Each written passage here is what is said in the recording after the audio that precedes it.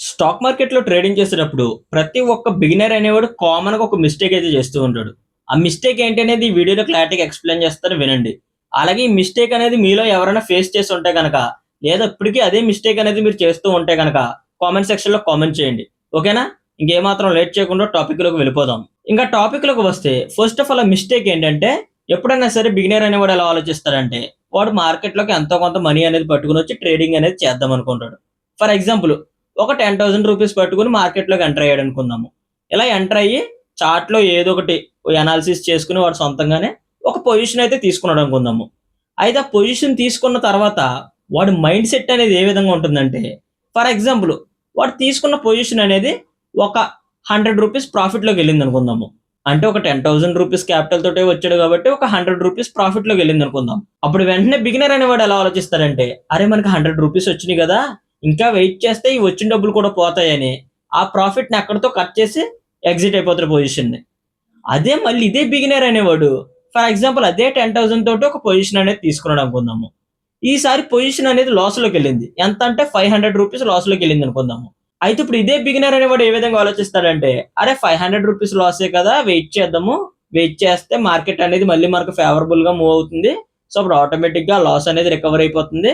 So, ఇలా recover అయిన తర్వాత తక్కువ లాస్ తోటి మనం ఎగ్జిట్ అవుదాము అనే ఉద్దేశంతోటి ఆ పొజిషన్ ఇంకా క్యారీ ఫార్వర్డ్ చేస్తాడు. అంటే హోల్డ్ చేస్తాడు పొజిషన్ అలాగా. అంటే ఆడనుకున్న ప్రైస్‌కి వచ్చిన తర్వాత ఎగ్జిట్ అవుదాము. లేదా ఆ ప్రైస్ నుంచి మళ్ళీ ప్రాఫిట్‌లోకి తిరిగొస్తుందన్న ఉద్దేశంతోటి అలా వెయిట్ చేస్తూ ఉంటాడు. చివరికి ఏం జరుగుతుందంటే మార్కెట్ అనేది తన పొజిషన్స్‌కి ఇంకా అగైనిస్ట్‌గా మూవ్ అయ్యి ఆ 500 రూపీస్ లాస్ కాస్త 1000 రూపీస్ అవుతుంది. ఆ 1000 కాస్త 2000, 5000 అలాగా 10,000. సో, ఓవరాల్‌గా తన క్యాపిటల్ మొత్తం పోయేదాకా తన పొజిషన్ అలా హోల్డ్ చేస్తూ ఉంటాడు. సో, ఓవరాల్‌గా బేసిక్‌గా బిగినర్స్ అందరూ ఈ మిస్టేక్ అనేది ఫేస్ చేసి వచ్చి ఉంటారు. స్టిల్ ఫేస్ చేస్తూ ఉంటారు కూడాని. అయితే మీరు కనుక ఇప్పటికి ఇదే మిస్టేక్ అనేది గనుక మీరు రిపీట్ చేస్తూ ఉంటే గనక మార్కెట్‌లో నుంచి ట్రేడింగ్ చేస్తూ ఒక్క రూపాయి కూడా సంపాదించలేరు. ఎందుకంటే ఆ కాన్సెప్ట్ అనేదే రాంగు. అంటే బిగినర్ అనేవాడు ఎలా ఆలోచిస్తాడంటే ప్రాఫిట్ వచ్చిందనుకో, ఆ వచ్చిన ప్రాఫిట్ ఎక్కడ పోతుందన్న భయంతోటి ఆ పొజిషన్ అనేది ఎగ్జిట్ కొట్టేస్తాడు. అదే బిగినరు తన పొజిషన్ అనేది లాస్‌లోకెళ్ళిందనుకో, రికవరీ అవుతుందనే ఆశతోటి అంటే హోప్ తోటి ఆ పొజిషన్‌ని క్యారీ ఫార్వర్డ్ చేస్తాడు. సో, భయము, హోపు ఈ 2 మనకి మార్కెట్‌లో ప్రమాదమే. సో, అందుకనే ఈ 2 కాంబినేషన్స్ అనేవి మనం చాలా దూరంగా పెట్టాలి. సో, అలాంటప్పుడు మాత్రమే మనం మార్కెట్‌లో ట్రేడింగ్ చేసేటప్పుడు మనీ అనేది ఎర్న్ చేయగలుగుతాం. లేదా నేను భయపడతాను, లేదా నాకు ఆశ ఎక్కువ, నేను హోప్ తోటి అలా వెయిట్ చేస్తాను అంటే గనక ఎండ్ ఆఫ్ ది డే మనమే లాస్ అవుతాము. సో, అందుకనే సరే ఎప్పుడైనా సరే మనం ఈ మిస్టేక్స్ చేస్తూ ఈ విధంగా మనం ట్రేడింగ్ అయితే చేయకూడదు. ఇలా చేస్తే గనక ఖచ్చితంగా లాస్ అవుతాము. ఓకేనా? అయితే అసలు ట్రేడింగ్ చేసేటప్పుడు ఒక బిగినర్ అయినా సరే, లేదా ఒక ప్రొఫెషనల్ అయినా సరే ఏ విధంగా ఆలోచించాలంటే, మనకొచ్చే లాస్‌ని లిమిట్ చేసుకోవాలి. మనకొచ్చే ప్రాఫిట్‌ని ఎక్కువగా పెట్టుకోవాలి. అంతేగాని మనం ఇందాక చెప్పుకున్న దాంట్లో ఏంటో చెప్పనా? మనకొచ్చే లాస్‌నేమో పెంచుకుంటాము. మనకొచ్చే ప్రాఫిట్‌నేమో సగంలోనే కట్ చేసేస్తాము. సో, ఈ కాంబినేషన్ ఏదైతే ఉందో అసలు మంచిది కాదది. ఎండ్ ఆఫ్ ది డే మనం లాస్ అయ్యేలా చేసే కాంబినేషన్ అది. సో, అందుకని ఆ కాంబినేషన్ ఎప్పుడు మనం ఫాలో అవ్వకూడదు. ఎప్పుడైనా సరే మనం ఏ కాంబినేషన్‌ని ఫాలో అవ్వాలంటే, మనకొచ్చే లాస్‌ని తగ్గించుకోవాలి. మనకొచ్చే ప్రాఫిట్‌ని పెంచుకోవాలి. ఇది అసలైన కాంబినేషను. ఈ విధంగా చేసుకుంటే గనక మనకి ప్రాఫిట్‌లనేవి వస్తాయి. నీకింకా సింపుల్‌గా ఎగ్జాంపుల్‌తో చెప్తాను. ఫర్ ఎగ్జాంపుల్ చూసుకుంటే మనం ఒక 10,000 క్యాపిటల్ తోటి మార్కెట్‌లోకొచ్చాము. వస్తే మనము పొజిషన్ తీసుకున్న తర్వాత మనకి ప్రాఫిట్ అనేది వస్తుంది. అయితే మనకి 100 రూపీస్ ప్రాఫిట్ వస్తుంది. అలాగ ఒక 5 టైమ్స్ మనకు ప్రాఫిట్ వచ్చినప్పుడు మనం 100 రూపీస్ కూడా కట్ చేసాము. సో, ఓవరాల్‌గా 5 డేస్‌లో మనకి ఎంత ప్రాఫిట్ వచ్చింది? 500 రూపీస్ ప్రాఫిట్ వచ్చిందనుకుందాము. చార్జెస్ ఇవేమి ఇంక్లూడ్ చేస్తలేదు దీంట్లోని. జస్ట్ ఇలాగ మనకు ప్రాఫిట్ రాగానే మనం భయంతోటి అదే వచ్చిన ప్రాఫిట్ ఎక్కడ పోతుందన్న ఉద్దేశంతోటి 100 రూపీస్ రాగానే ఎగ్జిట్ కొట్టేస్తున్నాము. ఓకే. అయిపోయింది. అలా 5 డేస్ మనకి 100 రూపీస్ కాడికి ప్రాఫిట్‌లొచ్చినియి. సో, ఇలా మనకి ఓవరాల్‌గా ఒక 500 రూపీస్ ప్రాఫిట్ అనేది వచ్చింది. అలాగే నెక్స్ట్ ఇంకొక 5 డేస్ మనకి లాసెస్ అనేవొచ్చినియి. అంటే ఎలా అంటే మనం పొజిషన్ తీసుకున్నాము. మన పొజిషన్ అనేది లాస్‌లోకెళ్ళింది. ఎలా అంటే ఫర్ ఎగ్జాంపుల్ మన పొజిషన్ అనేది ఒక 500 రూపీస్ లాస్ చూపిస్తుంది. బట్ మనం రికవరీ అవుతుందన్న ఉద్దేశంతోటి మనం అలా వెయిట్ చేస్తూ ఉన్నాము. అలా వెయిట్ చేస్తూ ఉంటే ఆ 500 రూపీస్‌కి లాస్ కాస్త 1000 రూపీస్ అయింది. సో, ఇలాగ మనకి ఒక 5 డేస్ లాసెస్ అయితే వచ్చినియి. సో, ఓవరాల్‌గా 1000 రూపీస్ కాడికి 5 డేస్ లాస్ వస్తే గనక మనకి 5000 రూపీస్ లాస్ అనేదొచ్చింది. అయితే మనకి ఇందాక 5 డేస్‌లో ప్రాఫిట్ ఎంతొచ్చింది? 500. ఇప్పుడు లాస్ ఎంతొచ్చింది? 5000. సో, ఓవరాల్‌గా మనం 10 డేస్‌లో తీసుకున్న ట్రేడింగ్ పొజిషన్స్‌ని ఇప్పుడు కాలిక్యులేట్ చేద్దాము. 5 డేస్ ఏమో మనకు లాస్ వచ్చింది 1000 రూపీస్ కాడికి. So, 5000 loss. అయితే ఈ 5000లో నుంచి 5 డేస్ ఏమో మనకు ప్రాఫిట్ వచ్చింది. ఎంత? 100 రూపీస్ కాడికే. 500 వచ్చింది. సో 5000 లో నుంచి 500 రూపీస్ మైనస్ చేస్తే ఎంత? 4500 రూపీస్ అనేది మనం లాస్ లో ఉంటున్నాము. ఎందుకంటే ఈ కాంబినేషన్ మనం ఫాలో అవడం ద్వారా. అలాగే నెక్స్ట్ మనకి టాక్సెస్ మరియు చార్జెస్ కూడా ఉంటాయి. వాటిని కూడా ఇంక్లూడ్ చేస్తే కనుక మన లాస్ అనేది ఇంకా ఎక్కువ అవుతుంది. సో అందుకని ఎప్పుడు కూడా బిగినర్ అనేవాడు కాంబినేషన్ ఫాలో అవ్వకండి. ఎందుకంటే ఖచ్చితంగా లాస్ అవుతారు. ఓకేనా? అయితే నెక్స్ట్ ఇప్పుడు నేను ఇంకొక కాంబినేషన్ అనేది చెప్పాను కదా, దాని గురించి కూడా ప్రాక్టికల్ గా ఎగ్జాంపుల్ ఎక్స్ప్లెయిన్ చేసుకుందాము. ఆ కాంబినేషన్ ఏంటంటే మనకు వచ్చే లాస్ ని లిమిట్ చేసుకోవాలి, మనకు వచ్చే ప్రాఫిట్ ని ఎక్కువగా పెట్టుకోవాలి. సో అప్పుడు అలాంటప్పుడు మనకు ప్రాఫిట్ వచ్చే ఛాన్సెస్ ఉంటాయి. అయితే ఇప్పుడు దీన్ని కూడా ఎగ్జాంపుల్ తో సహా క్లారిటీగా మీకు ప్రాక్టికల్ గా ఎగ్జాంపుల్ తో ఎక్స్ప్లెయిన్ చేస్తాను. మీకు ఇంకా క్లారిటీగా అర్థమవుతుంది. ఫర్ ఎగ్జాంపుల్ చూసుకుంటే మనం 1:2 టార్గెట్ అనేది పెట్టుకున్నాము. అంటే మన లాస్ ని లిమిట్ చేసుకుని మనకు వచ్చే ప్రాఫిట్ ని ఆ లాస్ ఎంత అయితే ఉందో దానికన్నా కొంచెం ఎక్కువ వచ్చేలాగా ప్రాఫిట్ అనేది పెట్టుకుందాము. సో ఫర్ ఎగ్జాంపుల్ 1:2 టార్గెట్ అనేది పెట్టుకున్నాము. ఫర్ ఎగ్జాంపుల్ చూసుకుంటే మన క్యాపిటల్ వచ్చేసి 1 lakh రూపీస్ అనుకుందాము. అయితే ఈ 1 lakh రూపీస్ లోని మనం డేకి 1% లాస్ అవ్వాలి. అంటే ఒక 1000 రూపీస్ లాస్ అవ్వాలి అంతే. అయితే మనం ఇందాక ఏం చెప్పుకున్నాం, 1:2 రిస్క్ రివార్డ్ రేషియో మనం ఫాలో అవుదాం అనుకున్నాం కాబట్టి, అంటే మనకి ఒక 1000 రూపీస్ లాస్ అవుతే కనుక 2000 రూపీస్ ప్రాఫిట్ అనేది టార్గెట్ కింద పెట్టుకోవాలి. దీన్నే 1:2 అంటారు. అంటే 1000 రూపీస్ లాస్ ని నేను యాక్సెప్ట్ చేస్తాను. దానికి టార్గెట్ ఎంత? 1:2 అంటే 2000 ప్రాఫిట్ వస్తే నా టార్గెట్ అనేది అచీవ్ అయిపోతుంది. నేను ఎగ్జిట్ అవుతాను లేదా ట్రైలింగ్ స్టాప్ లాస్ అనేది చేసుకుంటాము. అది మార్కెట్ కండిషన్ బట్టి మనం చేసుకోవచ్చు. ఓకేనా? ఫర్ ఎగ్జాంపుల్ అదే క్యాపిటల్ తోటి ఇదే రూల్ ని ఫాలో అయ్యి మనం పొజిషన్ అయితే తీసుకుందాము. ఫస్ట్ 5 days మన స్టాప్ లాస్ అనేది హిట్ అయింది. అంటే మన క్యాపిటల్ లో 1% కాడికి మనకు లాస్ అనేది వచ్చింది. అంటే 5000 రూపీస్ అనేది లాస్ వచ్చింది. అంటే చార్జెస్ ఇవేమి లెక్క వేయడం లేదు. అంటే మీకు కొంచెం క్లారిటీగా అర్థం అవడం కోసం నేను నార్మల్ గా చెప్తున్నాను. ఓకేనా? ఫస్ట్ 5 days మన స్టాప్ లాస్ అనేది హిట్ అయింది. మనం ఎంత లాస్ అవ్వాలనుకున్నాము? జస్ట్ 1% మన క్యాపిటల్ లో. సో 1% అంటే 1000 రూపీస్ కాడికి 5 days అనేది అలా లాస్ అయ్యాము. సో మనకి 5000 రూపీస్ అనేది లాస్ లో ఉంది. అలాగే నెక్స్ట్ 5 days లో మనకి ప్రాఫిట్లు అనేవి వచ్చినాయి. ఎలాగా 1:2 రిస్క్ రివార్డ్ రేషియో. అంటే మనకి నెక్స్ట్ 5 days 2000 కాడికి ప్రాఫిట్ వచ్చింది. అంటే మన రూల్ ప్రకారం ఏంటి 1:2 కాబట్టి 1000 రూపీస్ లాస్. అదే ప్రాఫిట్ వస్తే మాత్రం 1:2 కాబట్టి 2000 ప్రాఫిట్. అయితే ఇలా మనం 5 days ప్రాఫిట్లు అనేది ఎర్న్ చేస్తాం అనుకుందాము. అయితే 5 days ఇంటూ 2000 ఎంత? 10,000 రూపీస్. అయితే ఇందాక మనకు ఫస్ట్ 5 days లో వచ్చిన లాస్ ఎంత? 5000 రూపీస్. అలాగే నెక్స్ట్ 5 days లో వచ్చిన ప్రాఫిట్ ఎంత? 10,000 రూపీస్. సో ఈ 10,000 రూపీస్ ప్రాఫిట్ లో నుంచి మనకి ఇందాక వచ్చిన 5 days లో వచ్చిన 5,000 రూపీస్ లాస్ ఏదైతే ఉందో అది తీసేస్తే మనకి ఎలా లేదన్నా 5,000 రూపీస్ ప్రాఫిట్ అనేది వస్తుంది. అయితే దీంట్లో నుంచి మనం చార్జెస్, ట్యాక్సెస్ ఇవన్నీ తీయాలి. కాకపోతే మనకి ఎలా లేదన్నా 5,000 రూపీస్ ప్రాఫిట్ వచ్చింది. మనం ఫర్ ఎగ్జాంపుల్ కి చెప్పుకుంటున్నాం కాబట్టి మీకు కాన్సెప్ట్ అనేది అర్థం అవ్వాలి కాబట్టి మనకు ఒక 5,000 రూపీస్ ప్రాఫిట్ అనేది వచ్చింది. సో ఈ విధంగా ఓవరాల్ గా మనము ఈ రూల్స్ ని ఫాలో అవ్వాలి. ఇలాంటప్పుడు మనకు ప్రాఫిట్ అనేది వస్తుంది. అంటే మనకు వచ్చే లాస్ ని లిమిట్ చేసుకోవాలి. మనకు వచ్చే ప్రాఫిట్ అనేది మనకు లాస్ కంటే ఎక్కువ పెట్టుకోవాలి. అలాంటప్పుడు మాత్రమే మనకు ప్రాఫిట్లు వస్తాయి. అలాగే నెక్స్ట్ ఈ మిస్టేక్ చేయడం వల్ల ఇంకొక పెద్ద ప్రాబ్లం ఉంది. అదేంటంటే ఫర్ ఎగ్జాంపుల్ మీలో ఎవరొకరు ఒక పొజిషన్ అయితే తీసుకున్నారు అనుకుందాము. యాక్చువల్ గా మీరు అనాలిసిస్ చేసి పొజిషన్ తీసుకున్నది కరెక్టే.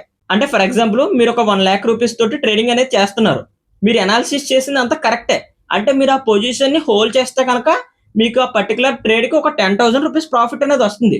కానీ ఇదే భయంతో అంటే మీకు ఒక 1000 రూపీస్ ప్రాఫిట్ కనపడగానే మీరు ఆ భయంతో వచ్చిన ప్రాఫిట్ అనేది ఎక్కడ పోతుందనే భయంతో మీరు ఎగ్జిట్ కొట్టేస్తారు. కానీ మీరు ఆ పొజిషన్ ని హోల్డ్ చేస్తే కనుక మీరు అనుకున్న రూల్స్ ప్రకారం మీకు 10,000 వస్తుంది. సో ఇలాంటప్పుడు మీకు వచ్చే ప్రాఫిట్ ని మీ చేతులారా మీరే చెడగొట్టుకుంటున్నారు. అంటే మీరు అనాలిసిస్ చేసింది కరెక్టే, మీరు తీసుకునే ట్రేడింగ్ పొజిషన్ అనేది కూడా కరెక్టే. సో మీరు మీ ప్లాన్ ప్రకారంగా మీ ట్రేడింగ్ రూల్స్ కి తగ్గట్టుగా మీరు వెయిట్ చేస్తే కనుక మీకు 10,000 ప్రాఫిట్ అనేది వస్తుంది. బట్ మీరు వచ్చిన ప్రాఫిట్ అనేది ఎక్కడ పోతుందనే ఉద్దేశంతో పొజిషన్ అనేది ఎగ్జిట్ అయిపోతున్నారు. సో మీకు వచ్చిన ప్రాఫిట్ అనేది కూడా ఆగిపోతుంది. అలాగే నెక్స్ట్ ఇంకొకటి ఏంటంటే మీరు తీసుకున్న పొజిషన్ అంటే మీరు చేసిన అనాలిసిస్ రాంగ్. అంటే మీరు ఖచ్చితంగా లాస్ వస్తుంది. అది మీకు కూడా తెలియదు. మీరు ఏదో ఒక ఉద్దేశంతో మీరు ఏదో ఒక మిస్అండర్స్టాండ్ చేసుకుని మీరు పొజిషన్ అయితే తీసేసుకున్నారు. సో లాస్ అనేది కన్ఫర్మ్ అయిపోయింది. అది మీకు తెలియదు. సో అలాంటప్పుడు మీరు ప్రాపర్ గా స్టాప్ లాస్ అనేది పెట్టుకున్నారు అనుకో, ప్రాపర్ రూల్ అనేది మీకు ఒక చిన్న లిమిట్ తోటే ఆ లాస్ అనేది ఎగ్జిట్ అయిపోతుంది. బట్ మీరేంటంటే ఆ వచ్చిన లాస్ అనేది రికవరీ అవుతుందనే ఉద్దేశంతో మీరు ఇంకా పొజిషన్ అనేది అలా హోల్డ్ చేస్తూ ఉంటారు. సో అప్పుడు ఆటోమేటిక్ గా ఆ లాస్ కాస్ట్ ఇంకా ఇంక్రీజ్ అవుతూ ఉంటుంది. అయితే ఇక్కడ మిస్టేక్ ఎక్కడ జరిగింది? మీరు తీసుకున్న పొజిషన్ అనేది రాంగ్. సో మీ స్టాప్ లాస్ హిట్ అయిపోతే కనుక ఆటోమేటిక్ గా అక్కడితో మీరు ఎగ్జిట్ అయిపోదురు. కాకపోతే మీరేంటి వెయిట్ చేస్తున్నారు. అంటే ఇంకా మనకి రికవరీ అవుతుంది, రికవరీ అయ్యి లాస్ అంతా తగ్గిన తర్వాత మనము ఎగ్జిట్ అవుదాము. లేదంటే ఆ రికవరీ అయిన తర్వాత ఇంకా మనకు ప్రాఫిట్ అనేది వస్తుంది, మనం అనుకున్న డైరెక్షన్ లో వెళ్తుందనే హోప్ తోటి అలా వెయిట్ చేస్తూ ఉంటారు. ఆ లాస్ కాస్ట్ ఇంకా ఇంక్రీజ్ అవుతుంది. సో ఇప్పుడు మీకు అర్థమైందా? మీరు తీసుకున్న అనాలిసిస్ అనేది రాంగ్, మీరు తీసుకున్న ట్రేడ్ అనేది రాంగ్. సో అలా రాంగ్ అయినప్పుడు మీరు కనుక రూల్స్ ఫాలో అవుతే కనుక మీరు తక్కువ లాస్ తోటి బయటకు వచ్చేయచ్చు. లేదు మీరు హోప్ తోటి అలా ఉంటే కనుక మార్కెట్ అనేది ఎప్పుడు కూడా మన హోప్కి తగ్గట్టుగా మూమెంటం జరగదు.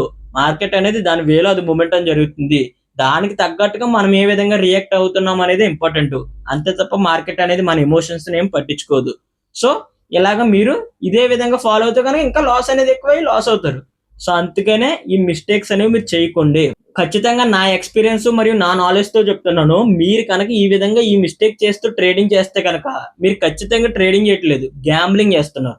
ఎందుకంటే ప్రాఫిట్ వచ్చినప్పుడేమో తక్కువతో ఎగ్జిట్ అయిపోతారా, లాస్ వస్తే పొజిషన్ తీసుకున్నాంటే అలా వెయిట్ చేస్తారా, వెయిట్ చేస్తే మీకు లాస్ అనేది ఎక్కువ అవుతుంది. సో అందుకని ఎప్పుడు అలా కాదు, పర్టికులర్ గా కొన్ని రూల్స్ అనేది పెట్టుకోండి. 1:2 టార్గెట్లు పెట్టుకోండి. అంటే నా క్యాపిటల్ ఎంత ఉంది, నా క్యాపిటల్లో నేను ఎంత పోతే మార్కెట్ నుంచి ఎగ్జిట్ అయిపోతాను, లేదా నా క్యాపిటల్ కన్నా నేను ఎంత రిస్క్ చేస్తున్నానో దానికన్నా ఇంకొక 1% ఎక్స్ట్రా, అంటే 1:2 ప్రకారం కింద నాకు ప్రాఫిట్ వస్తే కనుక నేను మార్కెట్లో ఉంటాను. ఇదే మైండ్ సెట్తో ఉండాలి. అంటే మీరు పొజిషన్ ఎంటర్ అయిన తర్వాత మీ స్టాప్ లాస్ అనేది ఫిక్స్ అయి ఉండాలి, మీ టార్గెట్ అనేది ఫిక్స్ అయి ఉండాలి. అంతే అంతే తప్ప నార్మల్గానే నాకు ప్రాఫిట్ ఎంత వచ్చింది ఎగ్జిట్ అయిపోతాను, నాకు లాస్ ఇంకా వచ్చినా నేను రికవరీ అవుతుంది నేను వెయిట్ చేస్తానంటే మీరే లాస్ అవుతారు.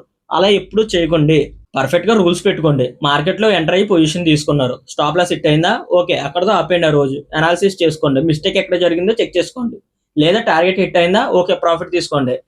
ఓకే మనం ఏ విధంగా తీసుకున్నాం ట్రేడ్ అనేది అనాలిసిస్ చేసుకోండి. లాస్ వచ్చినా ప్రాఫిట్ వచ్చినా అనాలిసిస్ మాత్రం ఖచ్చితంగా చేసుకోవాలి. ఎందుకంటే ఏ విధంగా జరిగింది అనేది మనకు తెలియాలి కదా, లాజిక్ అనేది ఇంపార్టెంట్. అంతే తప్ప ఏదో బ్లైండ్కి వెళ్ళిపోయి పొజిషన్ తీసేసుకుని ప్రాఫిట్లు వచ్చేసినాయి, సో ఈ ప్రతిసారి ఇలాగ వచ్చేస్తాయంటే కనుక మీరే లాస్ అవుతారు. అలా ఎప్పుడు జరగదు. మనం ఏం చేసినా దాని వెనకాల లాజిక్ ఉండాలి. ప్రతిదీ మనకు అర్థం కావాలి. ఓహో నేను ఈ విధంగా ఇది చేస్తే నాకు ప్రాఫిట్ వచ్చింది, ఒక నెక్స్ట్ టైం కూడా అదే సిచ్యువేషన్ అనేది రిపీట్ అయినప్పుడు మళ్ళీ సేమ్ అనేది మీరు చేస్తే కనుక మీకు క్లారిటీగా ఈజీగా ప్రాఫిట్లు వచ్చే ఛాన్సెస్ ఉంటాయి. అంతే తప్ప మీరు బ్లైండ్గా ఏదో పొజిషన్ తీసుకొని నాకు ప్రాఫిట్లు వచ్చేస్తాయి లేదా లాసెస్ వచ్చేస్తాయి అంటే అది అవ్వదు. ఎప్పుడైనా సరే అనాలిసిస్ అనేది చాలా ఇంపార్టెంట్. సో ఇవన్నీ మీరు క్లారిటీగా అర్థం చేసుకుని మీరు ఒక ట్రేడింగ్ ప్లాన్ అనేది ప్రిపేర్ చేసుకుని పేపర్ ట్రేడింగ్ చేయండి. ముందు రియల్ మనీతో వద్దు. రియల్ మనీతో వెళ్ళాం అనుకో లాస్ వచ్చింది అనుకో ఆటోమేటిక్ లాస్ అయిపోతాం. అది మీరు పేపర్ ట్రేడింగ్ చేసి ప్రాక్టీస్ చేస్తారనుకో పోయిన మనీ అనేది ఫేక్ మనీ కాబట్టి మీకు ఎక్స్పీరియన్స్ అన్న వస్తుంది. సో మీకు అంత ఎమోషనల్ గా ఏమి అనిపించదు. అంటే పేపర్ ట్రేడింగ్ అనేది చెయ్యాలి. అంటే కొంచెం ఎమోషన్స్ అనేవి ఒక్కొక్కసారి ఉండవు పేపర్ ట్రేడింగ్ చేసేటప్పుడు, ఎందుకంటే ఫేక్ మనీయే కదా పోతే పోనీ అనుకుంటాం. బట్ నీకు కండిషన్ అర్థమవుద్ది. ఎమోషన్స్ పక్కన పెడితే కండిషన్ అనేది అర్థమవుతుంది. అంటే ఇప్పుడు పొజిషన్ తీసుకున్నావు, అసలు నేను తీసుకున్నది కరెక్ట్ రాంగ్ అనేది మీకు అర్థమవుతుంది కదా.